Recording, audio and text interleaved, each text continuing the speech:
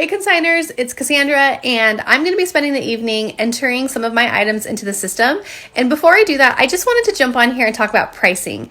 I know that for a lot of people, especially if you're a new consignor, it's kind of hard to judge, like, what do you price your stuff for? You want to get the most amount of money for it, but yet you don't want to be too much and it just sit on the shelf. And so I just wanted to kind of give you some tips and a little bit of guidance to just kind of help you on this journey, okay?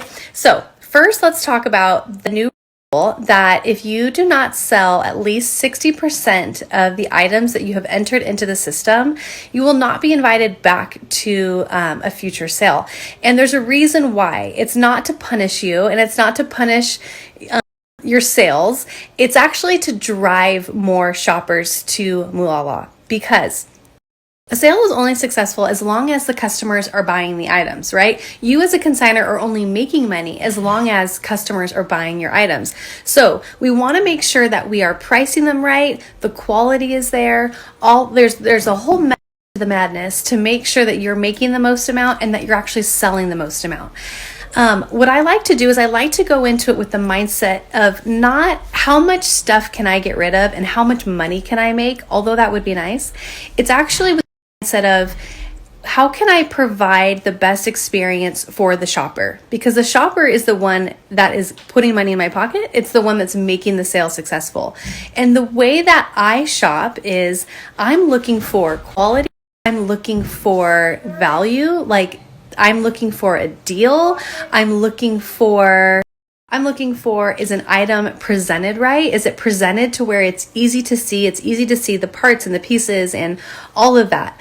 And so what we don't want is shoppers coming in and looking through like racks that are stuffed with clothes and finding a lot of rips or stains, or finding missing buttons, or finding pieces that are overpriced, or things like that. Because if they do, then chances are they're not going to want to come back to a future sale. They're not going to tell their friends and family.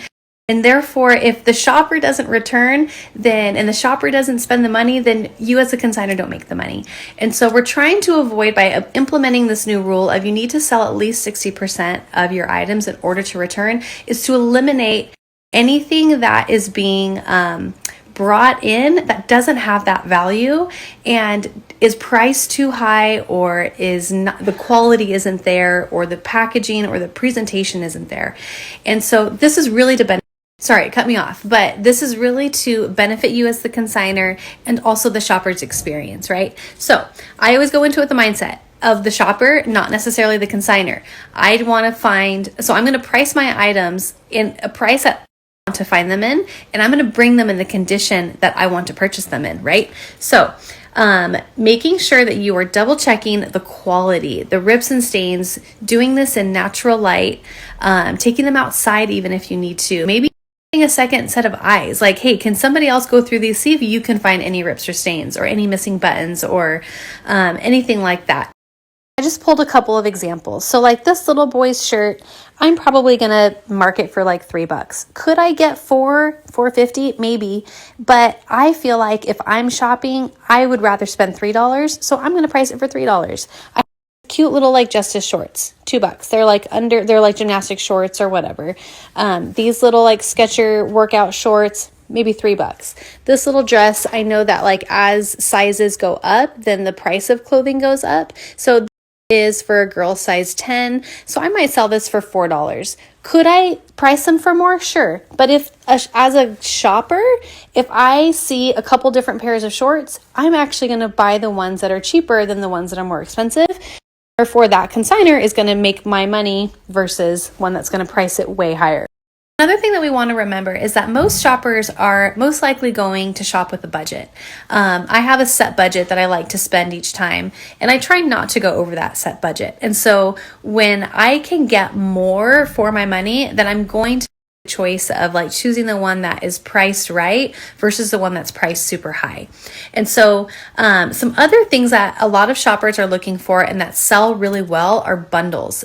This is a lot easier when the is smaller, the older kids get, it's kind of harder to bundle. But if you can put sets together, then and people are feeling like, wow, they're really getting a lot of value for that price tag, because they know that they can separate that bundle and they can make multiple outfits. those actually sell really well. And so if you have clothing that can be bundled together, that is a really hot ticket item. Okay, another huge opportunity to get your item sold and to make money is going to be marking yes on that tag for discount day. Discount day is one of the highest grossing days of the whole event. It's one of the highest shopped days of the whole event. There are people that are returning for like the second and third time just to shop just the discounted items. And there are some people that wait just for discount day to shop at all. And so if your items have not sold by discount day, your chances drop significantly lower of getting that item sold, because most shoppers that are going are looking specifically for items that are marked 50% off. And so that is a choice that you have. You get to decide if you want them to be half off or not, but it is something you need to do in the system. So if you choose to do it, make sure that you mark yes for discount, and your chances of that item getting sold go way up. I know that I consign with the mindset of I'm willing to give these items away for free. I would rather make half than nothing at all. And the last thing is going to be for the system. If you are a returning consignor, you want to make sure that you clear out any old inventory that might still be in the system. That's going to kind of mess with your numbers as far as like the percentage sold. So you want to make sure that you're starting with a clean slate, and you want to make sure that if you are entering an item into the system, that you are actually bringing that item to the sale. I know that what has happened with me in the past is that I will enter an item into the system, I will get a tag on it, and then when I'm doing my final check through, I'm like, oh shoot, there's like a little stain that I missed, and I just kind of toss it aside, but I leave it in the system. You don't want to do that now with the new rule of you need to make sure that you have at least 60% of your items sold. You want to make sure that whatever's in the system is items that are current and that you are actually bringing to that sale, just so that those numbers don't get messed up. But I hope that helps. I hope that as you are entering your items into the system, I always feel like if I'm in between, if I'm unsure, if I feel like I'm like in between prices and I'm like, I don't really know, I always just err on the side of like, let's give a mom a good deal. You know what I mean? Let's get this item sold.